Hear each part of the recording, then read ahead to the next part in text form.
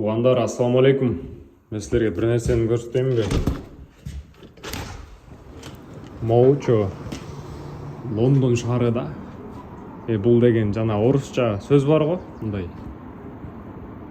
Бул жакта эме экен да. Слишком токчулук экен да. Бүт нерсе бар экен бул жакта. Там бердим. Карачы могу кемелерди, кемени агып келатканын карабайсыңарбы? Бер мени көздөй. Кемелердин токтоп турганын карап койгула. Жакта любой жерде карасаң крандар чыгып турат, үйлөрдө ак эле салынып атат. Вообще бүтпөйт экен, стройка салынып бүтпөйт экен Лондончу. Икея, мировой лидер компанияларды ушактан көрсөң болот да. Мисалы бул жак бир эле жер да. Азыр мага көрүнбөй аткан жагы бул жагында эме бар.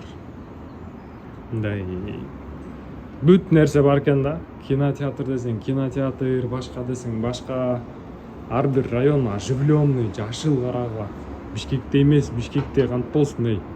Ё-моё, кечирип коюңуздар эми сөйлөгөнүм үчүн. Бирок каралачы муну.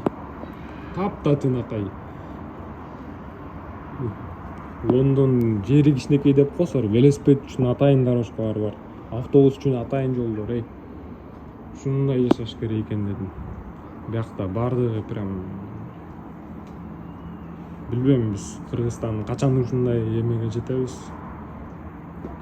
Бирок эми кызыл автобустар просто ичиң ооруйт экен ушундай жерге келип, көрүп, иштеп, анан өзүң да мекениң ушундай болсо экен деп жакшы ниеттерди коюп кетип атам. Анан Кыргызстаныбыз качан жетет билбедим.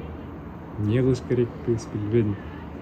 Мисалы бул жерде сен 1 саатта тапкан акчаң, бул жакта Англияда 1 саатта тапкан акчаң мисалы үчүн 2000 сом, 2000 сомду сен Кыргызстанда 1 күн иштейсиң да. Не деген мындай жашоонун эмеси да. Тагдырдын тамашасы деп коелу. Тагдыр пошутил да над этими странами. Просто ичиң ооруйт эй. Бир күнү бир өлкөдө иштеп 1 саатта Кыргызстандын 1 күндүк акчасын табасың. Это что такое? Блин.